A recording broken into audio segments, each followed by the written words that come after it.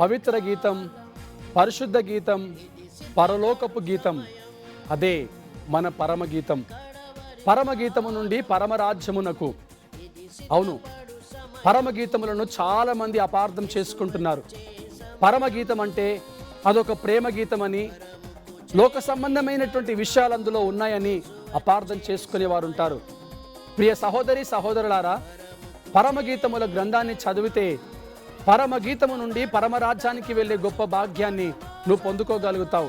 పరమగీతముల్లో ఓ ప్రియుడున్నాడు, ఆయనే మన ప్రభువైన యేసుక్రీస్తు. పరమగీతముల గ్రంథములో శూలమితిగా నీవు నేను అక్కడ కనబడతాం.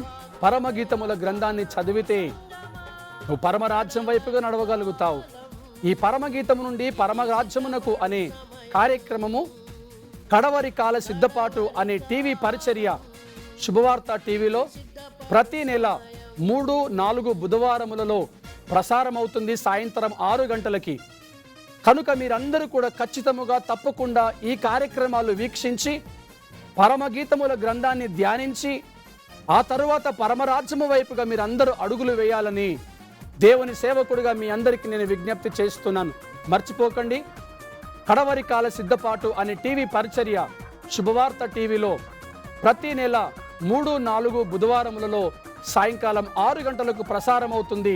తప్పక వీక్షించండి, కుటుంబాలుగా వీక్షించి ఆశీర్వాదాలు పొందుకొనండి. దేవుని రాకడ కొరకు సిద్ధపరచబడండి, దేవుని రాజ్యంలో ప్రవేశించండి.